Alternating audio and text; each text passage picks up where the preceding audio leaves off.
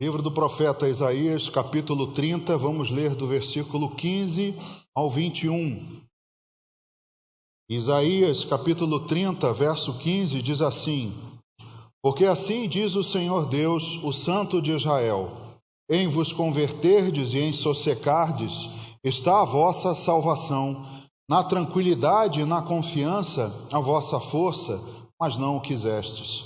Antes dizeis: não, sobre cavalos fugiremos, portanto fugireis, e sobre cavalos ligeiros cavalgaremos, sim, ligeiros serão os vossos perseguidores. 1000 homens fugirão pela ameaça de apenas um, pela ameaça de 5 todos vós fugireis, até que sejais deixados como o mastro no cimo do monte, e como o estandarte no outeiro. Por isso o Senhor espera, para ter misericórdia de vós, e se detém para se compadecer de vós, porque o Senhor é Deus de justiça. Bem-aventurados todos os que nele esperam, porque o povo habitará em Sião, em Jerusalém. Tu não chorarás mais, certamente se compadecerá de ti a voz do teu clamor, e ouvindo-a te responderá. Embora o Senhor vos dê pão de angústia e água de aflição, contudo, não se esconderão mais os teus mestres, os teus olhos verão os teus mestres. Quando te desviares para a direita e quando te desviares para a esquerda, os teus ouvidos ouvirão atrás de ti uma palavra dizendo: este é o caminho, andai por ele. Amém. Pai, obrigado, Senhor, pela tua palavra que temos o privilégio de ouvir essa noite. Senhor, fala ao nosso coração, revela a tua vontade, meu Deus, que o Espírito Santo possa nos convencer, nos ensinar, nos instruir, meu Deus. Precisamos da instrução que vem do Senhor. Precisamos aprender a tua vontade, o teu caminho, para não nos desviarmos dele. Ó Deus, fala ao nosso coração, usa minha vida de acordo com a tua vontade, que eu possa ser um instrumento nas tuas mãos, capacitado pelo Espírito Santo para falar com poder, e que todos nós possamos ouvir a tua voz e aprender com ela. Assim nós oramos, Pai, agradecendo tudo, e o fazemos em nome de Jesus. Amém. Amém, irmãos, podem sentar. Amados, esse capítulo do livro do profeta Isaías, Deus está repreendendo o seu povo por uma escolha. Se você ler depois o capítulo 30, no início, ele está dizendo ao povo a respeito da escolha que eles fizeram, a aliança com o Egito. E ele diz lá, né, que eles dizem aos videntes: não tenhais visões, e aos profetas: não profetizeis para nós o que é reto, dizei-nos coisas aprazíveis, profetizai-nos ilusões. No verso 11 ele diz: desviai-vos do caminho, apartai-vos da vereda, não nos faleis mais do Santo de Israel. Então Deus está repreendendo o povo contra uma escolha que eles fizeram. Decidiram fazer uma aliança, né, com o Egito, e aí, nesse momento, Deus está dizendo a eles que, por terem escolhido isso, o caminho natural é se desviar de Deus, não ouvir mais a palavra de Deus. É o que está aqui dito, né, do 9 ao 11, não nos faleis mais do Santo de Israel, ou seja, aquele que se aparta dos caminhos de Deus, fica exatamente assim, desviado do caminho, e não quer mais ouvir falar do Santo de Israel. E isso Deus está dizendo ao seu povo, ao povo de Israel. E nós hoje somos povo de Deus também. Então alguém que é do povo de Deus decide em determinado momento em se apartar do caminho. E decide inclusive a não ouvir mais a palavra de Deus. Até aqui no texto diz: não falem mais do Santo de Israel para mim. Quantas e quantas pessoas nós conhecemos, né, que no nosso meio, no meio do povo de Deus, decidiram por isso, de uma hora para outra, decidem outro rumo, outro caminho, e até mesmo não querem mais ouvir falar de Deus, não querem mais ouvir a sua palavra, Porque a decisão, irmãos, está com cada um de nós. Sou eu quem decido que rumo eu vou seguir. Nós não somos obrigados a tomar rumo nenhum. Nós decidimos, nos é colocado a verdade, a instrução, a orientação, o ensino. Nós fazemos isso, inclusive, com os nossos filhos. A partir de um determinado momento, quando eles já são adultos, desde que, claro, eles tenham, o seu próprio sustento e não estejam no nosso orçamento, mas uma vez criados e livres, tomando sua vida, eles decidem o que fazer, decidem, inclusive, ao contrário do que você ensinou. Se assim você, por toda a sua vida, mostrou a ele um caminho e, em determinado momento, quando ele já estiver andando com as suas próprias pernas, decidir outro caminho, é assim que ele irá fazer, porque cada um de nós decide que rumo vai seguir na vida. Mas como eu sempre digo, já disse aqui na igreja outras vezes, e sempre procuro dizer para o meu filho, para tudo na vida há um preço a pagar. Para toda a decisão, queira você ou não, goste você ou não, tudo na vida tem um preço a pagar. Queria que você lesse comigo rapidamente lá em Provérbios, um pouquinho antes aí de Isaías, Provérbios capítulo 16, o verso 25, veja só o que diz. Há caminho que parece direito ao homem, mas afinal são caminhos de morte. É um preço alto a pagar. Então nós temos que ver bem que caminho, que rumo estamos decidindo tomar. Todas as nossas decisões têm um preço a pagar. Algumas delas têm um preço amargo, um preço caro, como vimos aqui, preço de própria vida, mas algumas, aquelas que são tomadas debaixo da razão, debaixo da direção de Deus, essas, no momento certo, quando você vai ver o resultado, você não tem que dar, você recebe. Então, nós tudo na vida temos que pesar isso, porque o nosso rumo, a nossa decisão, ela terá um preço a pagar. E muitos de nós têm pagado, como nós lemos aqui, um preço muito amargo, um preço muito caro, como o próprio povo aqui no capítulo 30 de Isaías pagou por esse preço. Nós vimos aqui, que Deus diz a eles, olha, vocês podem até fugir, mas pela ameaça de apenas um, pela ameaça de apenas 5, todos vocês vão fugir, até que todos vocês sejam deixados como o mastro no cimo do monte, como o estandarte no outeiro. Então, há um preço muito amargo a pagar e ninguém é obrigado a seguir o mesmo caminho. Nenhum de nós é obrigado a permanecer num caminho. Se você hoje, ao ouvir a mensagem, ouvir que temos a receber de Deus os versículos que vamos ler, se você, por algum motivo, resolver que o caminho que você tem andado não é um caminho bom, ninguém te obriga a ir por ele até o fim. Você não é obrigado a ir até o precipício, até a morte. Ninguém é obrigado a permanecer no mesmo caminho. Você é livre para decidir, você pode mudar o rumo da sua vida. Você pode, então, tomar um caminho diferente, um caminho bom, um caminho que produz vida. E o que nós aprendemos na Bíblia é que o que é bom é caminhar o que Deus trilhou para nós. Ainda que seja, como nós vimos aqui, ele diz aqui no versículo 20, embora o Senhor vos dê pão de angústia e água de aflição, ainda que seja assim, mas é melhor trilhar o caminho de Deus. É melhor andar no seu caminho, porque, como eu disse, no final é coisa boa. O final você vai colher bênção. Há outros caminhos que parecem direitos, parecem caminhos bons, mas no final tem um preço muito alto a pagar. É como diz a palavra de Deus, largo e espaçoso é o caminho que leva à perdição, e apertado, estreito, o caminho que leva à salvação. Então, alguns caminhos podem parecer uma bênção, mas no final o que te espera é morte. Então nós precisamos ouvir o caminho que Deus trilha para nós.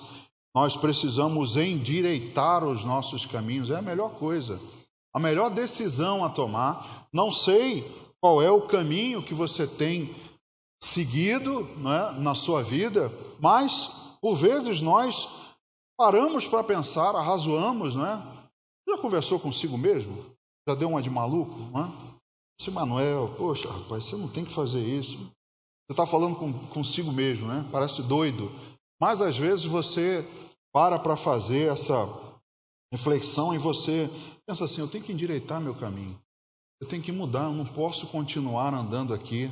Eu tenho que parar com isso enquanto há tempo. Enquanto há tempo, nós precisamos tomar a decisão e mudar o nosso caminho.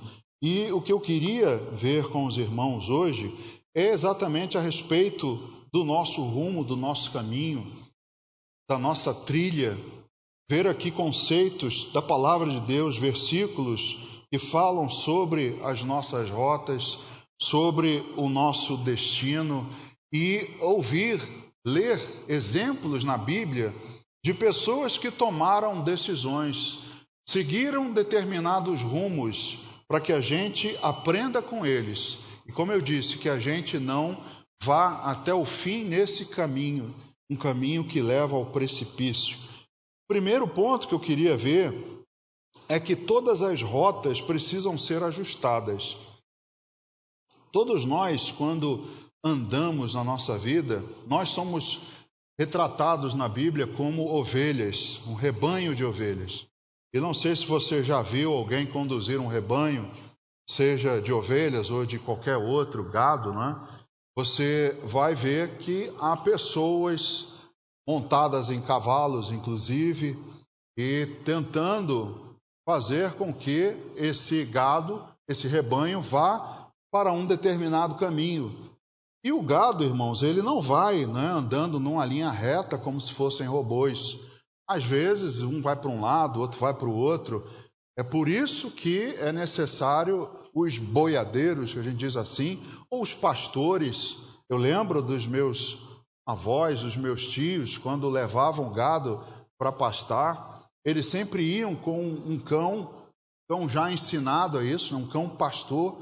E ele ia, e quando um animal saía, queria se desviar, ele ia lá e dava uma latida, às vezes uma pequena mordida na perna, e ele, endireitava o seu caminho. Outros mais rebeldes era necessário dar uma bordoada mesmo, né, para que ele voltasse para o caminho, porque nós somos rebanho. E às vezes nós, para o nosso objetivo, vamos nos desviando um pouco, e aí é necessário um ajuste, aí a gente volta, mas às vezes a gente passa do ponto, aí vem um outro ajuste, e a gente vai assim, andando meio que como um zigue-zague. Bom seria se a nossa vida, o nosso caminho, fosse um caminho reto, não é? Diz a matemática, a menor distância entre dois pontos é uma linha reta.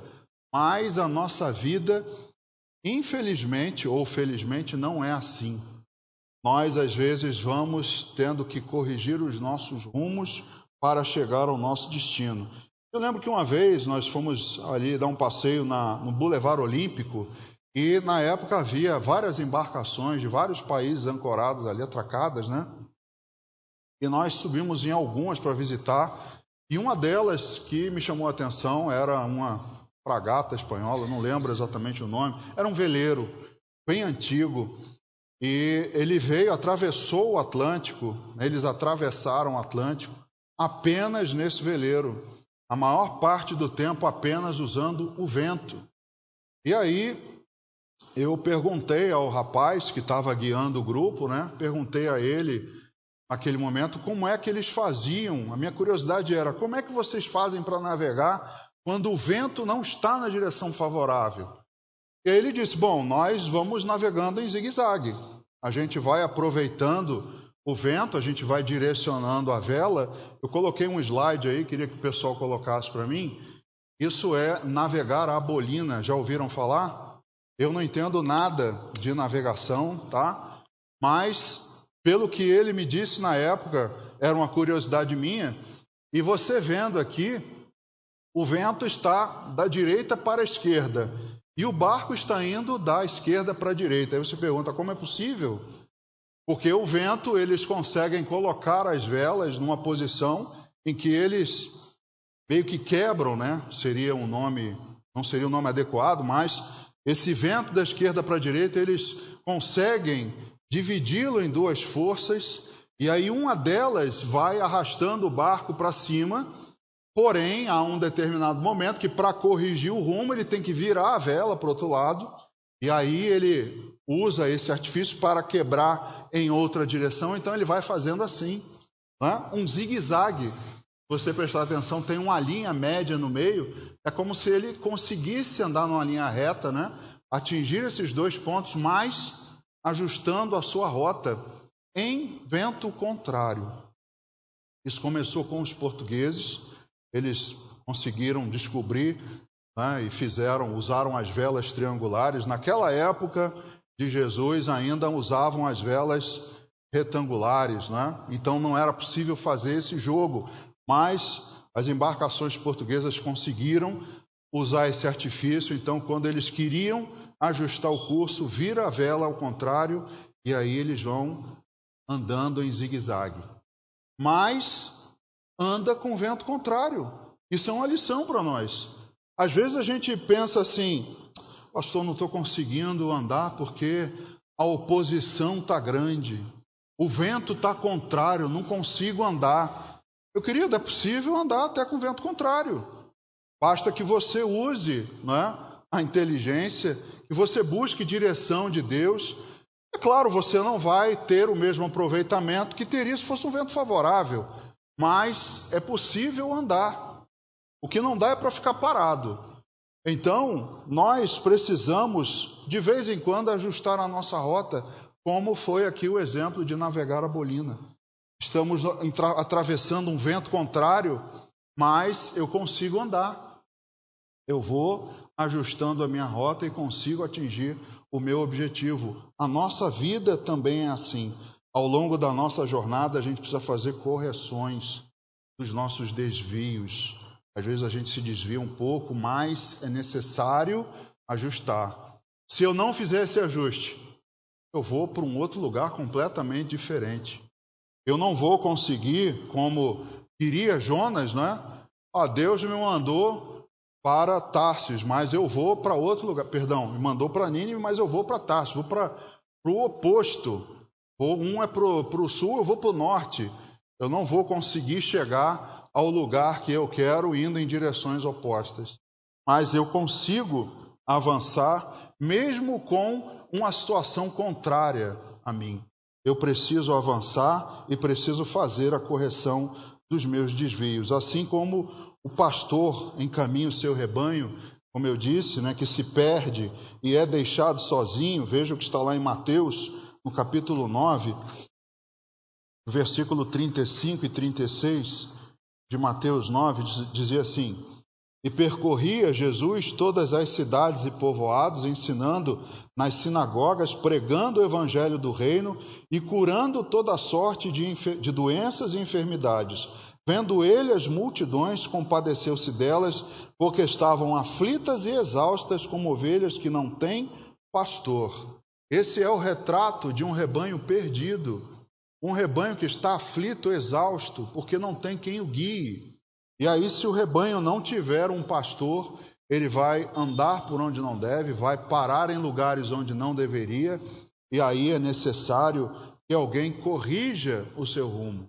As ovelhas desgarradas precisam ser trazidas para o caminho certo, senão vão acabar no precipício. Por isso que Jesus as via como as que não têm pastor estavam exaustas, estavam totalmente fora do caminho que Deus tinha trilhado para o seu povo. Então, nós precisamos aprender e precisamos endireitar o nosso caminho, como um pastor encaminha o seu rebanho. Então, Deus está olhando para o nosso caminho. Deus está atento aos nossos rumos, por onde nós estamos andando.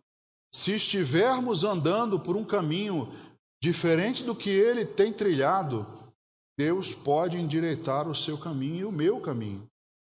Nenhum de nós, como povo de Deus, está isento de se desviar do caminho de Deus, se desviar da vontade dele. Então nós precisamos estar atentos ao que Deus está querendo nos ensinar. Veja Êxodo, capítulo 32, versos 7 e 8. Êxodo, capítulo 32, versos 7 e 8. Então disse o Senhor a Moisés: Vai, desce, porque o teu povo que fizeste sair do Egito se corrompeu e depressa se desviou do caminho que lhe havia eu ordenado.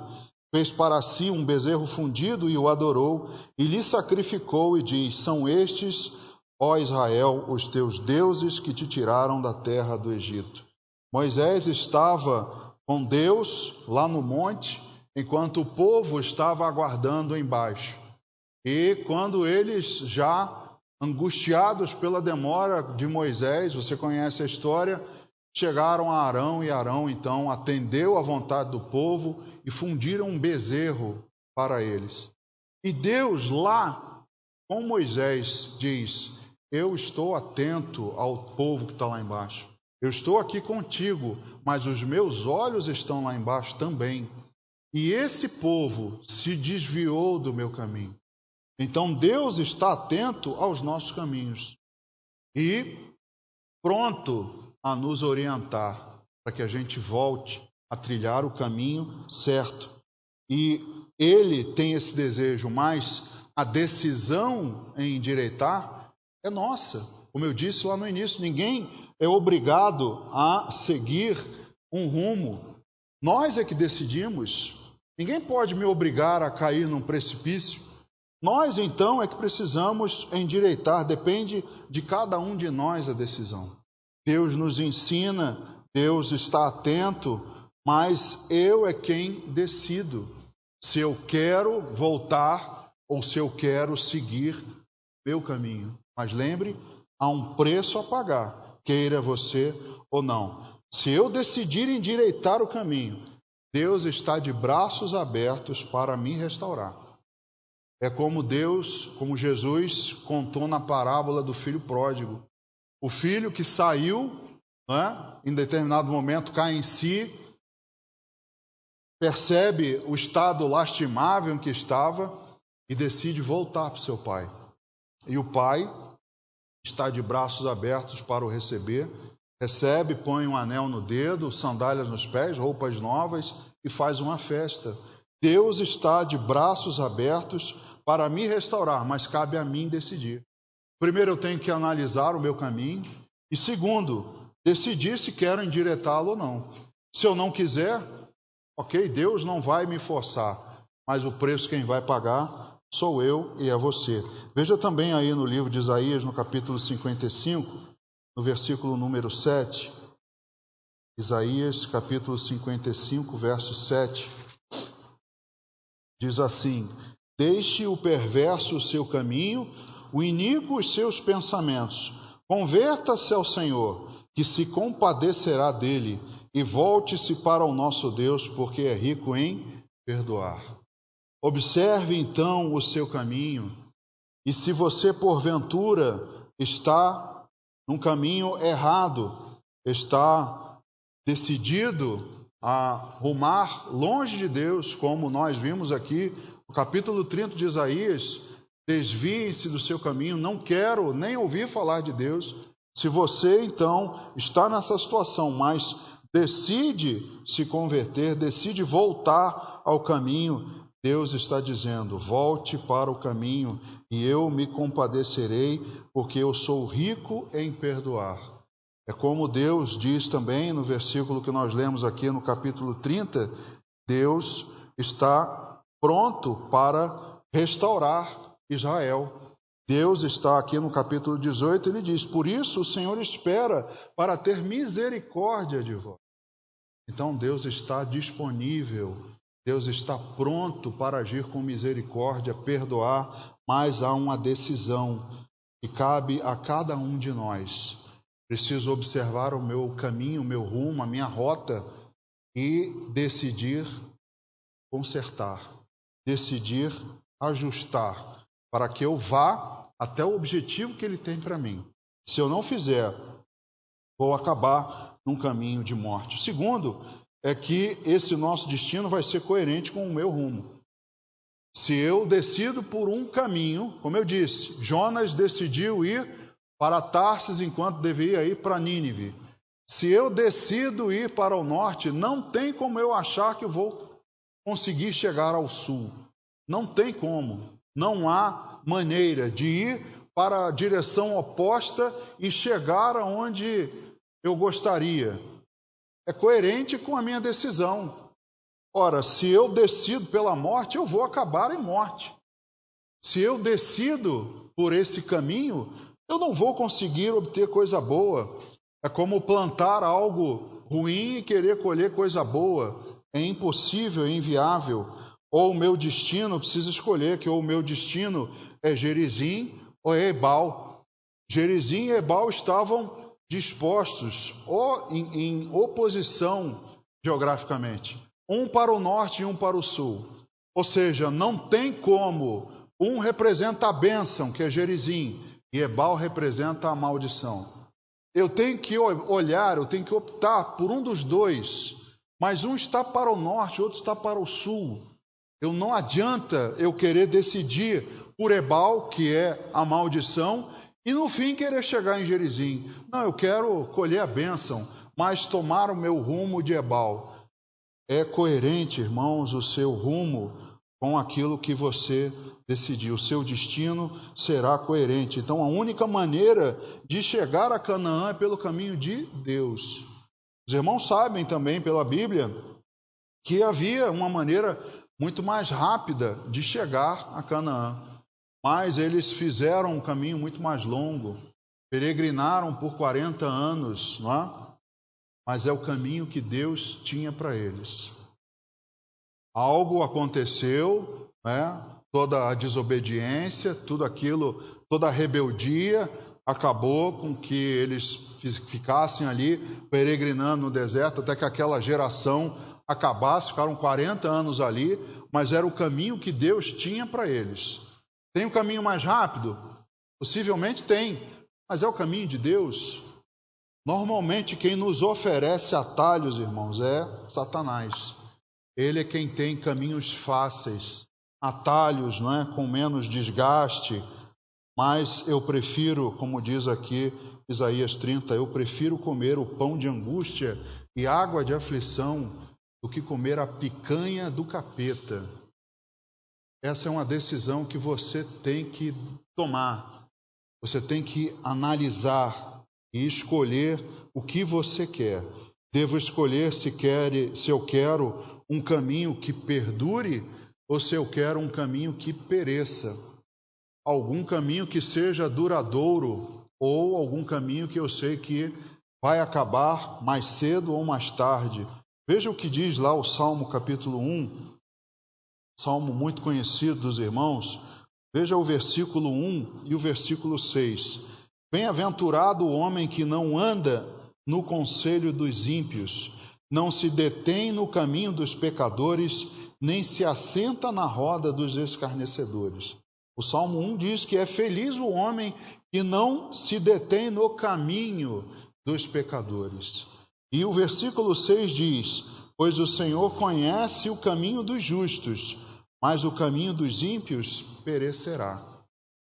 Se eu quero um caminho que permaneça, não pode ser o caminho dos ímpios.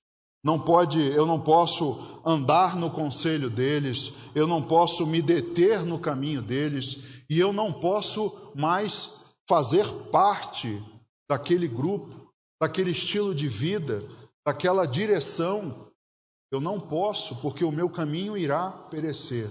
Então eu preciso escolher se eu quero o caminho que vai perecer, que é o dos ímpios, ou se eu quero o caminho que vai permanecer, que é o caminho de Deus. É mais difícil? Pode ser. Inevitavelmente, é bem provável que seja mais difícil. Jesus disse isso. Vocês terão aflições, mas tende bom ânimo. Ele não prometeu facilidade. Facilidade é o caminho dos ímpios, mas ele perece. Então, os caminhos fáceis, irmãos, não são indícios que são de Deus. Esse caminho está uma maravilha, olha que bênção, não tem problema nenhum, está tudo uma maravilha. Será que o caminho de fato é de Deus? Porque o fato de ser fácil não é uma prova cabal de que ele é de Deus. Não é, irmãos, uma prova cabal. Inclusive o Salmo 23, lá no verso 4, o que diz?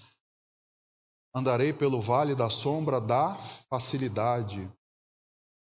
Ainda que eu ande pelo vale da sombra da... Então, caminhar com Deus inclui também o vale da sombra da morte.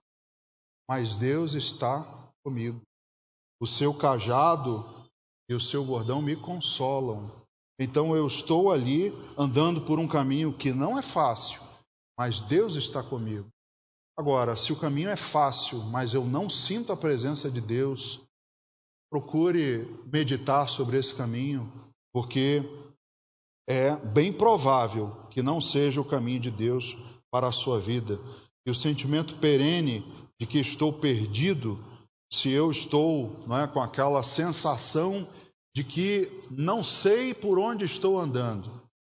Às vezes acontece isso na vida do cristão, um momento de angústia, um momento de perda, um momento de estar ali desorientados, pode acontecer conosco que somos cristãos.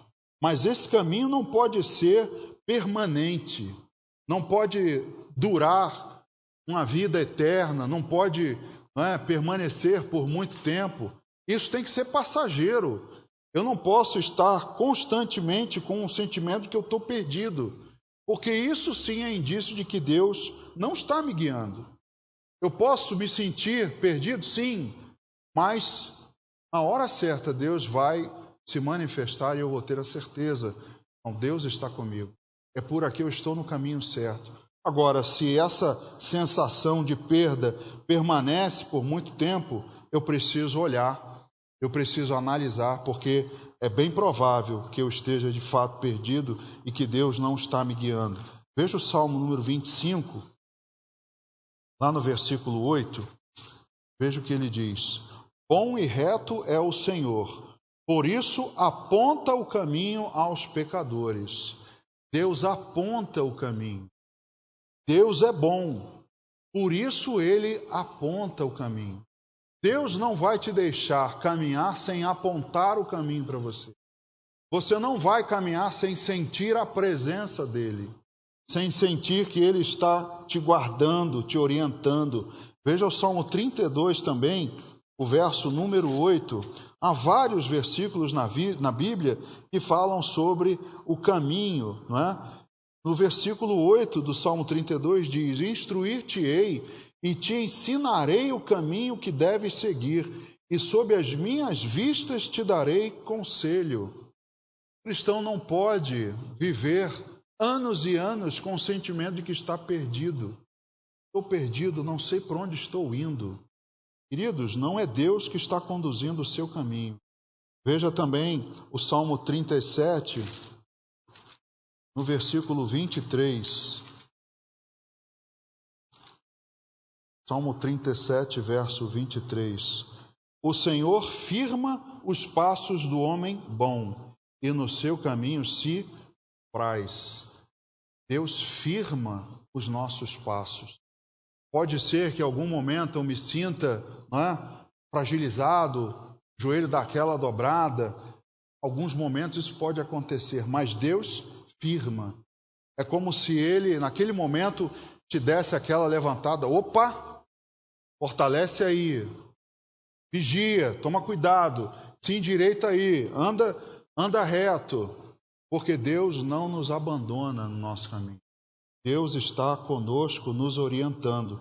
Então eu preciso ter discernimento, eu preciso ter comunhão com Deus, preciso ter sensibilidade para ouvir Deus me dizendo: não se desvie, Voltando lá a Isaías, lá no capítulo 30, mais uma vez nós vemos Deus dizendo, lá nos versículos 15 ao 16, ele diz assim: porque assim diz o Senhor Deus, o Santo de Israel, em vos converterdes e em sossegardes está a vossa salvação.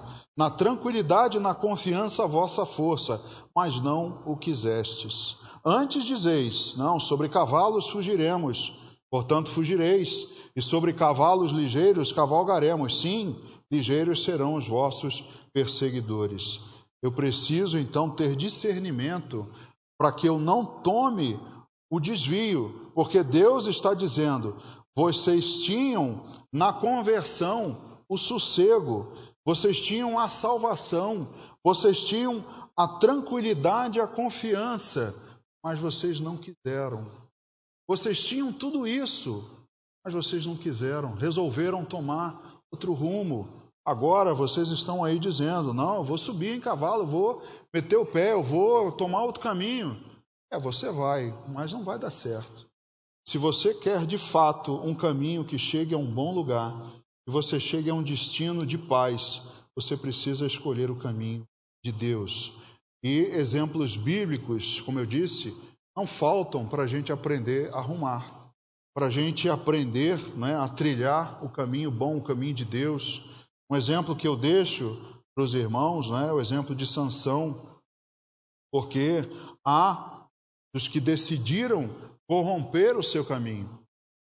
Há na Bíblia vários exemplos daqueles que decidiram corromper, tomar outro caminho, se desviar dos caminhos de Deus, e Sansão foi um deles. Veja lá em Juízes, capítulo 13, dos versículos 4 e 5.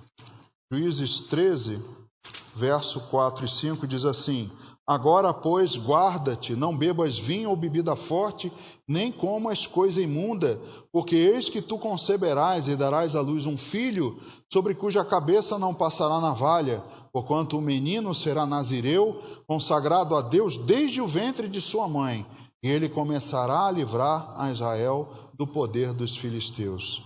Ele então estava destinado, desde o ventre da sua mãe, a não se contaminar, sendo nazireu, para ser um instrumento de Deus, para começar a livrar Israel da mão dos filisteus. Mas ele resolve se desviar do caminho. Deus tinha esse trilho para ele, Deus tinha esse caminho, mas ele resolve tomar outro caminho. No capítulo 14 de Juízes, no verso 2 e 3, ele diz assim: subiu e declarou a seu pai e a sua mãe, e disse: vi uma mulher em Tímina, das filhas dos filisteus, tomai-ma, pois, por esposa. Porém seu pai e sua mãe lhe disseram: não há porventura mulher entre as filhas de teus irmãos, ou entre todo o meu povo, para que vais tomar esposa dos filisteus, daqueles incircuncisos? Disse Sansão a seu pai: toma-me esta, porque só desta me agrado. Ele sabia que não podia tomar casamento com outra que não fosse do seu povo, mas ele decide por uma que é filha de filisteu. Então Sansão decide se desviar do caminho de Deus. Também no verso 8 diz assim: depois de alguns dias voltou ele para a tomar, e apartando-se do caminho para ver o corpo do leão morto, eis que neste havia um enxame de abelhas com mel. Sansão se aproxima do leão e toma o favo de mel. Come e ainda dá a seu pai e a sua mãe. Porém, ele, sendo nazireu, não poderia ter contato com um defunto, com um corpo morto, né, ou com um animal morto, seja lá, morto de qualquer natureza, né, ou humano ou animal. Ele não poderia se aproximar dele, mas resolveu se aproximar do leão, do corpo dele, e tomar o favo de mel. Também no versículo 16, nos versículos 1 e 4, também diz assim: Sansão foi a Gaza e viu ali uma prostituta e coabitou com ela. No versículo 4, depois disto, aconteceu que se afeiçoou a uma mulher do vale de Soreque, a qual se chamava Dalila. Sansão, mais uma vez, decide coabitar com uma prostituta e depois decide e se afeiçoa por uma mulher chamada Dalila. Nas mãos desta, ele veio a ser preso pelos filisteus com os olhos vazados, e os irmãos também conhecem a história. Essa é, então, a decisão de um homem que tinha tudo para andar no caminho de Deus e ser vitorioso. Outro que também tomou a sua decisão foi Saul. Os irmãos conhecem o texto em que Saul decide, então, desobedecer, e aí Samuel diz a ele que Deus agora já havia decidido por outro e ele havia perdido o seu reino. Então, irmão, Saul também foi um homem que tomou a sua decisão por ignorar os caminhos de Deus, sem mencionar os outros tantos reis, não é, que se desviaram. Isso só até o livro de Juízes e Samuel. Se você ler depois a história dos reis de Israel, vocês vão ver os que se desviaram dos estatutos de Deus e levando o povo a se desviar também. Então, irmãos, exemplos bíblicos não faltam para aprendermos onde culmina a decisão pelo caminho errado, pelo caminho que não é de Deus. Mas também há os exemplos que nos mostram daqueles que souberam endireitar os seus caminhos. Estavam num caminho que não era bom, que não era direito, mas, como eu disse, olharam para si e viram, perceberam que aquele caminho não ia dar em bom lugar. Um deles, mais conhecido talvez, é Zaqueu, o publicano. Queria ver contigo lá em Lucas, no capítulo 19, os versículos 8 e 9 de Lucas. Lucas 19, verso 8 e 9.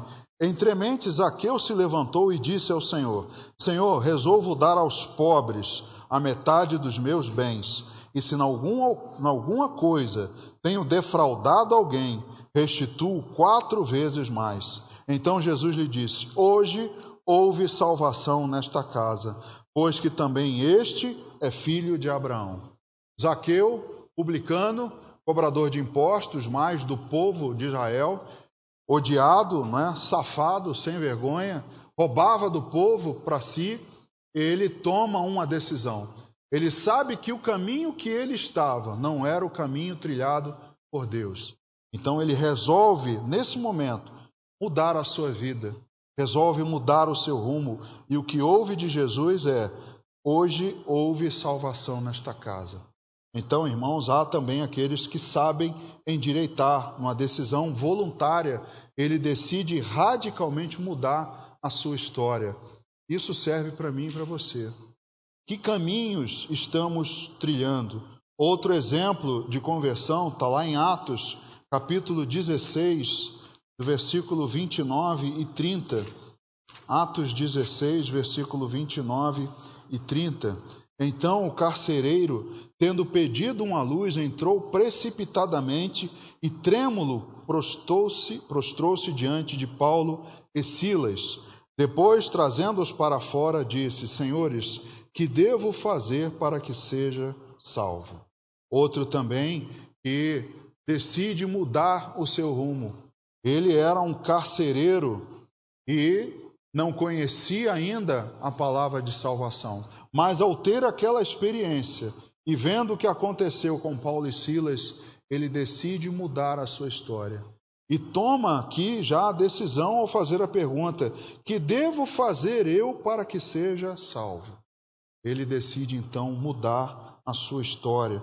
Vidas de homens que depois de decidirem mudar os rumos, mudaram suas vidas e de muitos outros. Esse carcereiro, depois da sua conversão, eles na sua casa pregaram aos seus e eles também foram salvos. A sua decisão teve impacto na sua casa. Paulo também é outro que, pela sua decisão de deixar de servir aos fariseus e perseguir a igreja, ele muda o seu rumo e se rende ao Senhor Jesus, passando a servi-lo. E assim, a vida de muitas pessoas também foram transformadas. Um dos exemplos mais emblemáticos talvez sejam os que estão lá na passagem de Lucas, capítulo 23, do versículo 39 ao 42. Todos os irmãos conhecem esses dois personagens. Lucas 23, do versículo 39 ao 42. Um dos malfeitores crucificados blasfemava contra ele, dizendo: não és tu Cristo? Salva-te a ti mesmo e a nós também. Respondendo-lhe, porém, o outro repreendeu, dizendo: nem ao menos temes a sentença, temes a Deus, estando sob igual sentença? Nós, na verdade, com justiça, porque recebemos o castigo que os nossos atos merecem, mas este nenhum mal fez. E acrescentou, Jesus, lembra-te de mim quando vieres no teu reino. Jesus lhe respondeu: em verdade te digo que hoje estarás comigo no paraíso. Talvez esses dois personagens sejam os mais emblemáticos. Dois homens ali nos últimos momentos das suas vidas ao lado de Jesus. Enquanto um deles escarnece de Jesus, dizendo para ele que se ele tinha poder, ele poderia salvar a si mesmo e a eles dois, o outro reconhece que Jesus é rei e se rende a ele. Ali na cruz, no final, ele decide mudar o seu rumo. Irmãos, isso nos ensina que mesmo no limiar da morte, há possibilidade de escolha. Mesmo no último momento, no último suspiro, eu posso endireitar o meu rumo. É o que diz o Salmo 119, estamos encerrando. Salmo 119, o versículo 30. Salmo 119, verso 30. Diz assim: escolhi o caminho da fidelidade e decidi-me pelos teus juízos. Boa e bela coisa é escolher o caminho. Boa e bela coisa é escolher o caminho da fé e decidir pelos juízos de Deus. Então faça como Davi fez. Peça para Deus que Ele te guie pelo bom caminho, que Ele sonde o seu coração. É o que está dito lá no 139, Salmo 139, versículo 23 e 24. Sonda-me, ó Deus, e conhece o meu coração. Prova-me e conhece os meus pensamentos. Vê se há em mim algum caminho mau e guia-me pelo caminho eterno. Que você faça essa observação no seu caminho, como Davi fez. Senhor, sonda, conhece os meus caminhos. Vê se há em mim algum caminho mau. E se tiver, endireita o meu rumo. Guia-me pelo caminho eterno. Não me deixa continuar saindo da rota, porque eu vou acabar muito longe da tua vontade. Eu posso acabar tendo uma morte precoce. Eu posso acabar no precipício. Então você precisa observar o seu caminho. Observe por onde tem andado e mude. Mude para não cair. Mude, peça a Deus, endireite-se e vá pelo caminho que Deus trilhou para você. Todos os caminhos da sua vida, observe agora, coloque nas mãos de Deus e diga: Senhor, vê se há em mim algum caminho mau. Senhor, se eu tenho me sentido perdido, Pai, fala comigo, me mostra o caminho eterno. Como nós vimos lá em Isaías capítulo 30, se eu me desviar para a direita ou para a esquerda, uma voz atrás de mim dirá: vai por este caminho. Peça isso a Deus nessa noite. Faça uma sondagem nos seus caminhos. Vamos orar. Vamos ficar de pé. Peça a Deus que Ele fale contigo. E faça esse exame na sua vida. Faça esse exame diariamente ou periodicamente. Peça a Deus: Deus, fala comigo.